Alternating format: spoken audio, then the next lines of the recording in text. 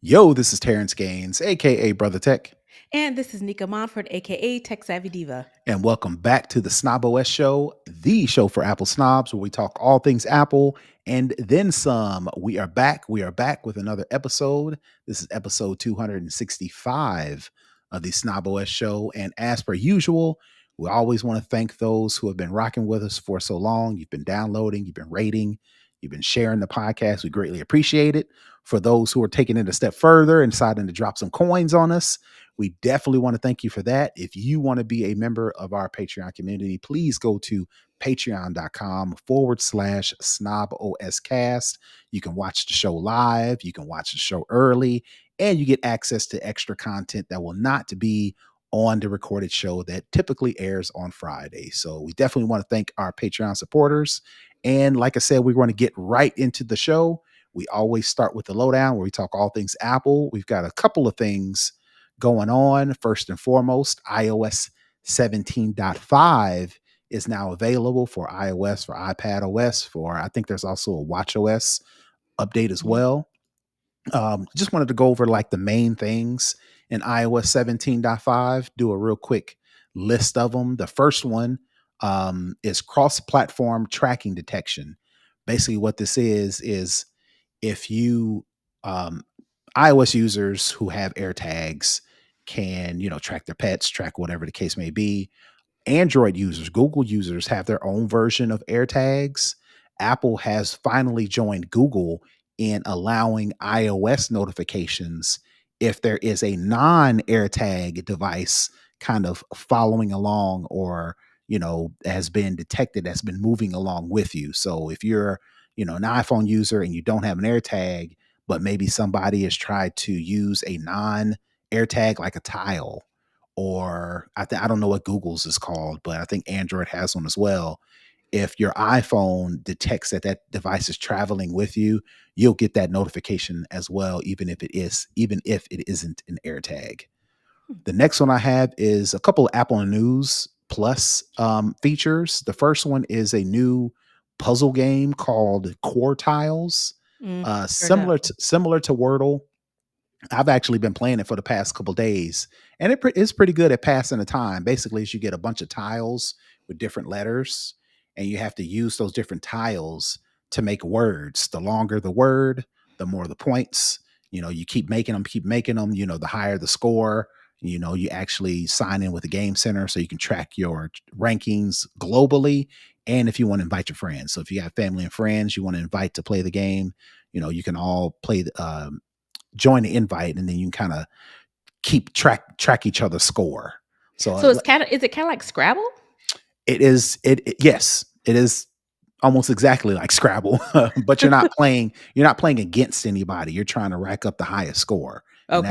that's how you rank. Versus Scrabble, you're playing against other people until Yeah. they can't make any words. You just Okay. keep on going, Gotcha. and the higher score, the better your ranking is. All right. The other one is Apple News offline mode. So if you've got Apple News Plus and you regularly read a magazine or you regularly read a newspaper, you have the ability to download those articles, those magazines, those newspapers, so you can watch it offline, or read rather, in offline mode. So if you're in an area that doesn't have any good cellular reception or you're not on Wi-Fi, you still have access to that content. Again, with Quartiles and this, you got to be an Apple News Plus subscriber in order to take advantage of those. The other thing I have is Pride Wallpapers for the iPhone, and I think for Apple Watch as well. They've got some new bold neon Pride wallpapers for the iPhone. The other thing is EU users can download apps from the web. Of course, this is the fallout from the EU letting third party developers side load apps onto Hmm. the iPhone. You're not really side loading in the sense that you're inserting like a storage drive with apps on it. You actually can download those from the web, but that's only for European Union users only. So who knows if and when that'll ever come to American users, but Apple had to do it. So that's how you can do it. If you want to download a third party app, you can actually download those apps from the web. So, out of those, are any of those interest you? Anything you're looking forward to? Anything they didn't announce that you thought maybe would be in this? No, it's I don't really use any of these things, so Mhm. so that doesn't really it doesn't help. I mean, I know of course they're always throwing some security stuff, so I did the update, but I will say I did see today an announcement come out for jumping ahead to iOS 18. Mhm. Basically, they're bringing to iOS 18 kind of a feature from Vision Pro where you know how you can pinch and your eye can like move things around. Mhm. Apparently, that's coming to iOS 18 where if you are, say, in the kitchen cooking your iPad and you want to turn the page or something, you can do it with your Um, eyes now. I forgot what they named it because it popped up on my timeline. I was like, oh, this is this is neat. I was like, this is the innovation I'm talking about. Bring some of the um what is it? The Vision Pro to it's yeah. called what is eye tracking. Oh, is that what it's called? I thought it had a fancier name, but no, it's Yeah, just called eye tracking. okay, I would assume that they would do it like a hand gesture, similar to like some cars where you can swipe your hand across the screen and you can do the volume up or down. I would assume that you would be able to take your hand and swipe in the air and it would change the page on an iPad. But I guess they're going to do. So yeah, so Go it's ahead. on the accessibility features Ah, because uh, it's one of those things where if someone remember we talked about the guy with was it the he was a quadriplegic and I think mm-hmm, it was his Apple Watch. I can't remember mm-hmm, what his product was, but he was like, "Hey, do it this way so it helps people who like me who want to use it." So I think this may be a way for people who have mobility issues with their hands or their arms or their upper body, they'll still mm-hmm. be able to engage with their iPad, their phone by just merely looking at, the screen and flipping the page or that type of thing. So Yeah, I found I the think that's cool. Yeah, I found the Apple News article. Apple today announced new accessibility features coming later this year, including eye tracking, a way for users with physical disabilities to control iPad or iPhone with their eyes. So again, we may have to wait until iOS 18 plus to get that feature, but that's dope that Apple always thinking about accessibility, always thinking about safety and security. So they are Yeah. definitely carrying along that torch. Yep, and I thought that was pretty cool. That for me kinda stole the thunder from the, 17.5 with that. I was like, "Oh, Well, I'm this pretty is sure they're going to announce it next month at WWDC, but WDC." Yep. we won't get our hands on it until later on in September, or maybe even longer, because Apple has a history of announcing features that don't necessarily come when they said they were. Yeah, it just hit the, Apple newsroom today, so Mhm. it was literally, like, right before we came down to record it, I saw this, I was like, "Oh, this is interesting." So, yeah. All right. All right. So that's it for iOS 17.5. Like I mentioned, that's available now. And I think there's also an Apple Watch update as well. I have to go back and look and see what's included in Apple Watch. I assume not a lot because I couldn't find anything on it. So I'll report back if something pops up. Follow Cast on social media to get those updates. All right, so that's going to do it for that story. The next one I have up is Apple apologizes for iPad ad. So I don't know if anybody watched the Apple event, but to promote the super thin iPad Pro, Apple put a bunch of equipment, musical instruments, all these different physical features are physical devices that people use to create things, whether it be music, whether it be art, whether it be sound, whatever the case may be. And they put them on a hydraulic press Press. and Mhm. squeezed them all down. And some of them broke, some of them popped, or whatever, similar to what you would see if you go on Facebook, if you go on Instagram and kind of watch those channels. They like squeeze stuff. So Apple kind of took, Compressed fruit, everything. right, metal, Yeah. whatever you can think of, they've put it in these hydraulic presses. So Apple put that in to demonstrate that they have consolidated, compressed all of those devices down to where now you can do that, or you can simulate doing those things on this super thin iPad Pro. For whatever reason, people took offense to that. The ad posted on social media Tuesday by Apple CEO Tim Cook was met with backlash from internet users who felt the ad celebrated technology's destruction of human creativity and art. So Apple had to issue an apology. They say creativity is in our DNA at Apple, and it's incredibly important to us to design products that empower creatives all over the world. Our goal is to always celebrate the myriad of ways users express themselves and bring ideas to life through iPad. We missed the mark with this video, and we are sorry. As a result, Apple no longer plans to run the iPad ad on TV. So I wanted to get your take. Are people on the mark on this one, or are they tripping? So I saw this meltdown real time. Okay. And I was like, what's the problem? I honestly Hmm. couldn't figure out why people were so mad. I was confused. And I'm scrolling and I'm seeing people, oh, Apple is capitalistic. They're trying to ruin. I mean, it was like vicious, like vitriol. And I'm like looking around. I'm doing like that Whitney Houston meme where she like is looking around because Right. I was like, I didn't understand why people were so upset. I was like, So maybe I'm not a creative enough because to me, the ad is basically saying you can do all those things that you just saw. All of them were being compressed into consolidated the down the into, yeah. iPad into this Hmm. one device. And Hmm. I was like, that's what I got from it. I Right. didn't get the crushing and the They said, stifling of creativity. I was yeah. like, I don't get it. Yeah, let me read these quotes. The symbolism of indiscriminately crushing beautiful creative tools is an interesting choice. The ad effectively convinced me I need less technology in my life. Other users said the ad was in poor taste amid growing fears that the AI could replace workers, even those in creative fields. I don't So know it how. sounds like they are, to me,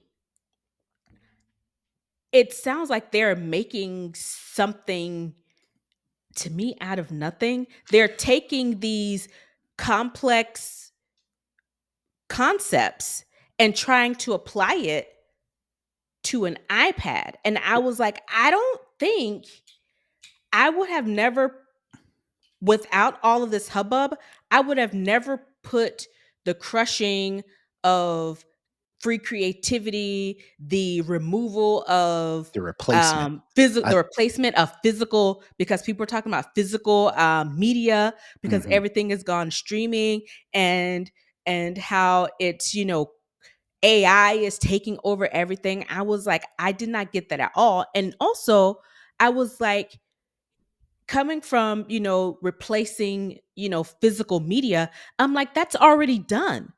All of these streaming services, Apple isn't the first company that's basically removed all physical media, and Apple isn't removing physical media because they don't provide physical media. It sounds like they're taking issues that they have with other With industries, other society in things, general. right, and putting it into this. And maybe Mhm. this is the case where this was the straw that broke the camel's back. People are already on the offensive, already upset, and then seeing this just really triggered that final meltdown for them. They're just like, this is the worst. You're trying to take away our creative license. You don't want creatives or human people to do anything anymore. And I'm like, it's just an iPad. It's basically saying all these things Mhm. are now in the iPad. If Right. you want to use it in the iPad, you can still have your other stuff too. But if you want it in this one device, you can have it in this one device. Right. I was like, I don't get it. I I didn't get would it. I would venture to say that the people who are complaining can afford all those different beautiful creative devices versus there are some kids out here, there are some people in underserved areas who can't afford a classical grand piano, but they can get on their grandma's iPad real quick and open up Logic Pro and create some beautiful music that they otherwise would not be able to take because they don't have the equipment, they don't have the instruments, they don't have the money to go get trained. They can go take grandma's iPad and do the same thing. So I would assume that is a push in the right direction because they're making this type of creativity available to more people. But Yeah. And maybe some that's just people me. just don't want all that stuff. Some people Right, just don't want it. right. So, I but was I was utterly confused. yeah, I was like, I don't get it. I'm surprised Apple really took Pulled that to it. heart like that so Yeah. much that they pulled the ad. But again, the squeaky wheel gets the oil. Absolutely. All right, so that's enough for that story. The next one I got up is developers are not using the outside payment links that they fought so hard to get. So remember that story that came out that Apple kind of lost that case to where they had to allow companies, if they wanted to let users to subscribe to their content, that they could actually point to a external link to actually subscribe to. If you're playing a video game and you want to get extra credits to play the game, instead of going within Apple's subscription service to where Apple gets 30% commission, they were forced to allow developers to do that. You would assume that They'd use it. hundreds upon thousands of developers would flock to this opportunity and automatically include that into their apps and services. Well, I don't think that's the case. Out at this point, so I'll just read this quote. At this point, however, only 38 developers out of 65,000 have signed up to use the option. I think people are complaining that it's six in one hand, half dozen in the other, because Mhm. Apple would normally charge 30% for commission for all those in-house, I'll call them in-house subscriptions. If you use a third-party outside link, Apple would charge 27%, which is they're saving 3%. But the kicker to that is after they get charged by the credit card processing companies their processing fees, then that would total right back up to 30%, if not more. So it's kind of like, all right, well, I really ain't gaining nothing by using the third party link, the outside link. I would actually lose because I gotta develop for that. I gotta push time and I gotta push manpower and resources to get that implemented. So it's kind of like, we ain't doing it. That's kind of the general consensus as to why people may not be using it. But it's almost like, well, again, Apple's like, all right, you asked for it, now you got it. So it's like, be careful what you wish for, I guess, unless you've got another take on that. It's really strange, but it's not because people are weird. They similar to this thing we just talked about with the crushing of the things. It was like everybody's up in an uproar, and then now that they pulled, it's like okay.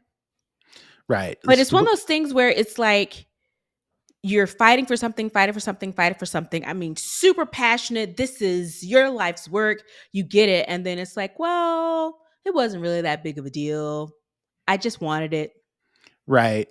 I was reading this story to where the judge, U.S. District Judge Yvonne Gonzalez, kind of agrees that the Apple was just kind of like, all right, well, we're just gonna make it as hard as possible. Her quote is, "It sounds to me as if the goal was to then maintain the business model and revenue you had in the past without making any without making any sort of changes." So um, this is not a conclusion. This still may go on to where Apple may have to make even more concessions or face further settlements, judgments, whatever the case may be. But again, you would assume, at even with the nominal change in the fee, you would assume that more than 38 developers out of 65,000 would at least attempt to try it.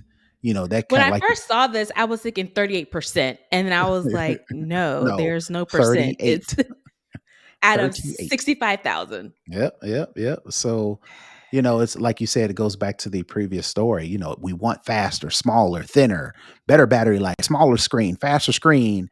Apple says, all right, here you go. And then they complain, same thing with this. Oh, we want the You're ability. taking away our things. Right. We want the ability to have more options as far as how people get apps and how we pay for apps. And Apple's crushing the consumer. They're taking the commissions, and Apple's like, all right, well then they're like, but this is not what we asked for. So it's almost like, Apple may have to take the attitude of, you can please some of the people all the time and all the people some of the time, but not all the people all the time, because somebody's always going to have a problem with what you're doing. So they may have to Yeah. take that into account the next time they concede, how they normally do things.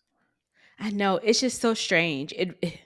It's one, like you said, you can't please everybody, Hmm. and someone's always going to be unhappy. And so at the end of the day, you just have to do what you feel is right, and then just, take it the rest of it as it comes. Yeah, yeah. 30% is a lot, but again, Apple is the number one smartphone developer in the world. So it's just like, until a competitor comes that can offer 15% and it's just as viable, just as useful, just as Just as capable as an popular. Yeah. iPhone, just as popular as an iPhone. Now we're talking, so I think, that's the whole thing I think people are missing. Competition is good for the consumer. If you have a problem with 30%, more people need to start developing for Android. Yeah. They need to force Microsoft to come back out with the Windows Phone. I Yeah. kind of like the Windows Phone, but again, people pointed to Apple as the main guy, so it's like you got to deal. This is main guy problems. They set the And it terms. yeah. And it's almost like, Apple is being, I guess, vilified, crucified for having what a lot of people consider the better product, the Hmm. most used product. So it's one of those things where people want it both ways, and you can't have it both ways. Yeah.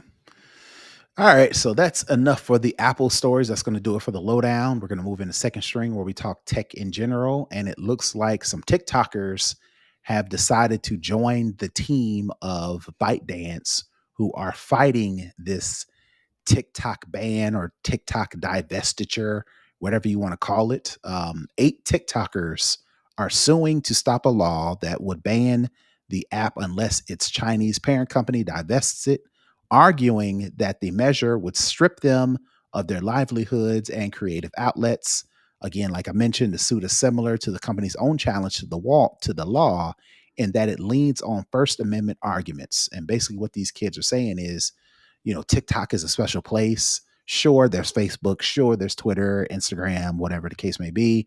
But TikTok with its algorithm, TikTok with its features, with the options, is a special place. And you're pretty much stifling my creativity, therefore stifling my First Amendment rights by forcing ByteDance to split off TikTok again without any sort of evidence that proves that this is as as important of a national security event that the Congress overwhelmingly, including the president, pushed this thing through. So again, the question is going to come is, and this is the argument that TikTok is making, or ByteDance rather is making, is how can you stifle our First Amendment rights without any sort of proof that there's a national security threat at hand? Now Yeah. we can all kind of assume, we can kind of all point to previous cases in the past to where bad actors have used social media to push narratives, push propaganda, whatever the case may Mhm. be. But propaganda and misinformation is not a national security threat that Congress used in order to push this thing through.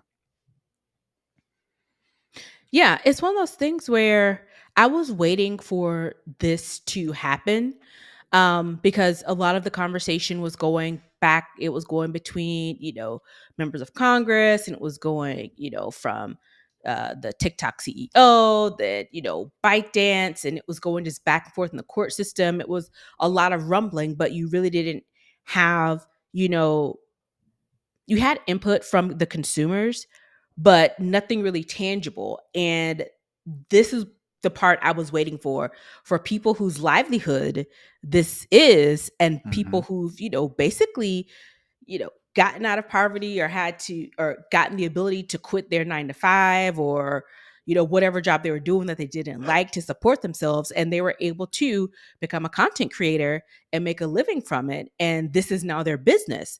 And I was wondering how long it was going to take for the actual consumer to have their proverbial say in this matter. And I'm surprised that this is, the first one we've seen. I was expecting more to, I wasn't sure if it was going to be more people that were popping up that were going to be suing, or if it was going to be like campaigns, call your senator, call your congressman or whomever Right. type of thing. But I think this is the first foray we've seen where the consumer is like saying, hey, this is my say, this is against my rights, and Right. something needs to be done about it. Right. Now, this is again, all those things in smaller doses have been done. They've printed stories about how the congressmen were inundated with calls and messages from end users saying, don't ban TikTok, don't ban TikTok. This was before they actually pushed through the ban, when we were Mm-hmm. all kind of just talking about the potential of it happening. I Mm-hmm. think now that it's actually signed and now they have a deadline, I think that was the trigger to where, oh, now we're about to formally, you know, uh, Mm-hmm. post our, displeasure, or, post our differences via lawsuits, because again, Mm-hmm. all of it before was kind of like, oh, they're not going to do it. They're not going to do it. Oh, they're thinking about it. Oh, let's just be upset. Now they've Mm-hmm. actually done it. It's like, all right, now we need to, play our hand. Right. So I think, again, this is them playing their hand. And again, it's really going to be interesting as to how the courts say, okay, this is a First Amendment thing, but it's also national security. Mm-hmm. What is going to win on a case like this? Is national security going to win? Because again, China is one of our frenemies, probably the number one frenemy, Yep. versus, do they really want to piss off all these people, the Yeah. consumers, the democracy, the people who, Who they're elect supposed to be, them? Yeah. who they're supposed to be representing? Yeah. Do they want to piss off all these people because y'all mad at China, right? Yeah. Yeah. All right, time will So they're gonna tell. be they're gonna be fighting on both fronts. They're gonna be fighting their own constituents, and they're Right, gonna be fighting basically China. And right, China right, holds most of our debt. So right, and they maybe, could call it at any time. right, and voter turnout is still low Yeah. compared to population, right? Maybe this is the camel straw that broke the camel's back, to where Maybe let's these get people young out to vote. kids, right, get these people get out to vote and get these, folks out of here, and Yeah. hope, maybe they won't see as worth the fight once they see, especially in an election year, as far as the president's concerned, you know, whose side they take, basically, based on whether or not I'm gonna possibly keep my seat in office. Hmm. All right, so that is going to do it for second string. We're going to move into for the culture, and I have sort of a weird story. Hmm. I typically, not typically, when I'm looking for stories, news stories to put on the show, I always get distracted by the, what is it called? It is Market Watch. It's a website about Wall Street Journal Hmm. pushed this website out called Market Watch. And people are always writing in and asking questions as it relates to finance. And, Hmm. it's like an op ed. Is it an op ed? What is it called when people write into somebody and the person responds in the newspaper, in the magazine? Oh, There's kind of like the Dear Abby type yeah, it's thing. kind of like a Dear Abby type thing. So I people don't are know what the always, name of it is. yeah, we'll call it that, right? Yeah.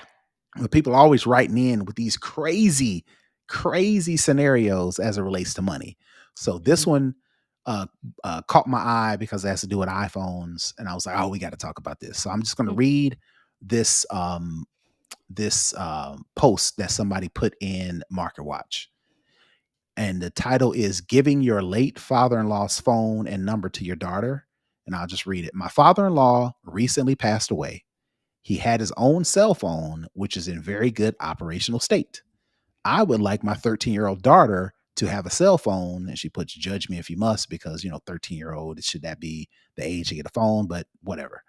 I'm torn. Cell phones become obsolete. And by transferring his number, I don't want the memory of her grandfather to become obsolete either. It would cost about $200 for a refurbished model to give to her. What are your thoughts on giving my daughter her grandfather's phone? It could be something to remember him by, as they were close, or this is creepy and ghoulish. does this make sense for a 13-year-old to have a phone, specifically her late grandfather's phone? So I just wanted to pose that to you. Mhm. What are your thoughts on giving, like, say for instance, you had a daughter or a son, Mhm. and his or her grandmother or grandfather passed. They had a cell phone with the number. You wanted to then regift, for lack of a better term, Mhm. your late parents' phone and phone number to your daughter because times is tough and it's a functioning phone and it works. Why not give it to the daughter? What's your take on that? So I have a real life instance of this. Okay. Um, I'm not sure you guys probably don't remember, but last year, um, my only other girl cousin, she was younger, Mhm. passed away. She Mhm. has a son. I talk about him all the time, Aiden. And after she passed, we were trying to decide what to do with her phone. Of course, he had his own iPhone. He had his own phone number. Mhm. At this time, he's 12 now, so this was last year. So he was 11. And this was his Um, mother. yeah, his mother. Okay. And she passed when he was 10. He Mhm. turned 11 later that year. Mhm. He actually wanted her phone number and her Mhm. old phone. Oh, okay. So we ended up uh, canceling the number that he had, Mhm. and he took her phone and he took her number. We, of course, pulled off all her media because she was a shutterbug. She loved taking pictures and Mhm. videos. So, I pulled everything, all of the media, pretty much everything off of her phone. We wiped it, started it fresh, and that's the phone that he has and the number that he has now. Mhm. So would you say that in your situation it was more sentimental versus financial? I think it was more it definitely was more sentimental because like I said, he already had an iPhone and he Okay. had his own Okay. number. So it wasn't something as, it's not quite a one for one for the situation, but Mhm. on the Mhm. end of whether is it creepy or ghoulish, I Mhm. don't think so. Okay. And the daughter is 13, so I think she's old enough to understand, the mentality behind it. And if she was Mhm. close to her grandfather and if she wants this as a keepsake, then I don't see a problem with it. But it was kind of like almost a normal thing for him. We were S s surprised that he Mhm. asked for it. We get because she had like a bigger phone. Like he had when this happened. It was I think she had a 13, I Mhm. think, and he had like an 11, I think. Mhm. So he wanted to for him, it was like, I want the upgraded phone. I want the bigger phone. And she did like the Pro Max. She did the Pro Uh-huh. Max version, so he had the big Uh-huh. phone. Uh-huh. Uh-huh. But when he wanted the phone number, that was a little bit surprising. But Right. hey, I mean, again, at this time he was 11. So no, he was still 10. He got the phone when he was still 10. His birthday's Mhm. in October and she passed in February. So he made that decision and we were like, okay. It kinda Yeah. came out of blue almost. It was, Right, like, right, surprising, but I was like, "If okay, dude, right. we're gonna rock with that." So I would only see it weird, um, for the phone number part. I can understand when I could see for sentimental value, getting the phone. I guess my question not question, my concern would be like the phone number to where, the number is still active Mhm, and maybe there are people out there who don't know or were not made aware of the passing.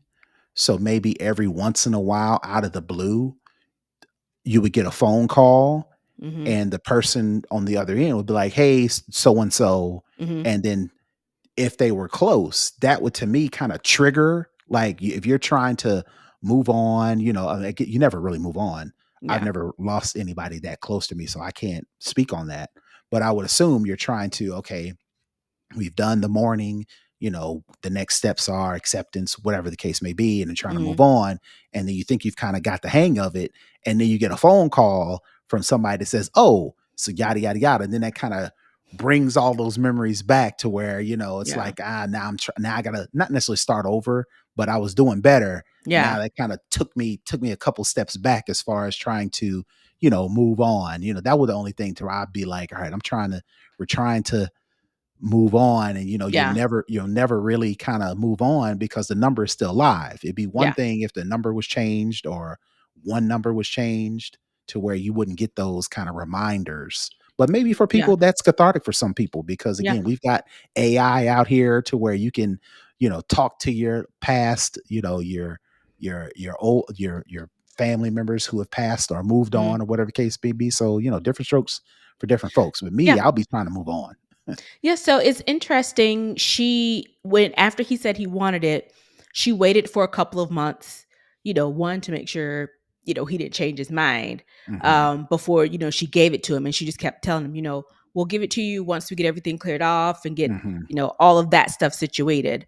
And, she, of course, I mean, he's 12 now, but it's one of those things where she still checks his phone to make sure, you know, everything's cool and nothing's Mhm. popping in, and he knows that if he gets a call or a text from someone he doesn't know, to take it to my aunt, his grandma, Mhm.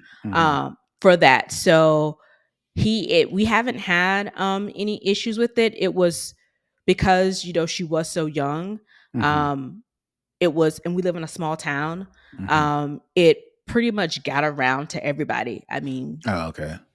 Honestly, same day. Yeah, The people same day people kinda as knew. people Yeah. showed up to the house. Yeah.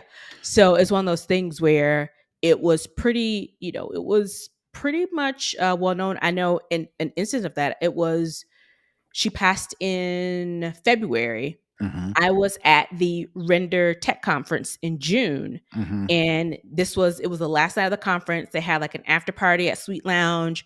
There were some friends, we're having a dancing, eating, drinking, having a good time. And some random person tapped me on the shoulder and they were like, "You look like one of our friends from college." She's like, I'm sorry. I know this is weird. Me and my friend were just talking and you just look so much like her. And, we were just, we just want to say it. We had to because it was like, whatever. And Mhm. so then, a couple minutes later, and then they came back and said something else. And I was like, "What was your friend's name?" Mhm. And they told me, Oh, and it wow. was my cousin. Oh, So wow. it's one of those things where it's like this was 3 months, maybe 3, 4 months after she passed. Mhm. But, she went to school, she graduated from Valdosta. So, these girls are from Valdosta. Mhm. So it's one of those things where I say all that to say is that in some instances the the super fast way of communication these days, the information gets out Mhm. there Mhm. really fast and really Gotcha. quickly, and we haven't had any issues with people popping up on the phone that Yeah. didn't know. Yeah, So I wonder how different that would be for a person who has lived a full life, right. and Yeah. if, maybe has more connections, Yeah. to where that maybe it pulls a Or different. even more connections that span different. And if he was older, Right. everybody's not on social media, the news Right. doesn't quite catch up as fast. So Right. it's one of those things where it's pretty interesting. So Yeah, yeah, yeah. Yeah, I don't know if I would maybe give over the phone, because again, this is market watch. So the person wrote in was kind of more concerned about how much it finances. would cost to Hmm. get the 13-year-old a phone. And she was like, "Oh, well, your grandfather died. Here's his phone. Save me some money. Save me $200-300 to get you a phone." But she does mention that the daughter and the grandfather were close. So Okay. maybe there is some It could be sentimental some value sentimental there. value as well. But Yeah. again, she wrote in on the if On I the had to get her a new finance tip. yeah, if I had to get her a new phone, it's gonna be $600-700. Or Yeah. I, or you can have this free phone. all right. So that is going to do it for the culture. We're going to move into the hookup. My tip for the week is, if you are like me and you're always using the share screen to like share information with contacts, like you take a picture and you want to share that to somebody, whether it's in a text message, airdrop, or whatever the case may be, and that person keeps showing up in the share contacts and you really don't want to share with them anymore, it's like a one-time thing. Well, this tip is to show you how to actually remove contacts from that sharing panel. So basically what you do is, when you take a picture, for example, and you go to share that picture, you tap the share button. If you long press on the contact that shows up under the picture, if you long press on that person, it'll then give you the option to suggest less. So when you suggest less, the next time you go to share something that way, their They contact. won't pop up. Right. And you can actually, slide through and select people. But if you don't want that person to show up anymore because you just shared to them, one or two times and that's it, you can actually go in and hard or long press their contact information and do the suggest less often to where the next time it won't show up. So that is my tip for the week. Definitely, if you need to remove contacts from the sharing panel, definitely tap the long tap on their contacts information, and it will actually show them less. So that is my hookup for the week. And Nica, if you don't have anything else, let the Nope. folks know where they can find you. You can find me at Tech Savvy Diva everywhere. And you can find me at Brother Tech. That's BROTHATECH. If you want to find the show, please go to snoboscast.com to get all the details, get latest episodes, learn more about us, learn how you can join our Patreon community, and just to share and spread the good news. Until next week, we are out. Peace. Bye, everybody.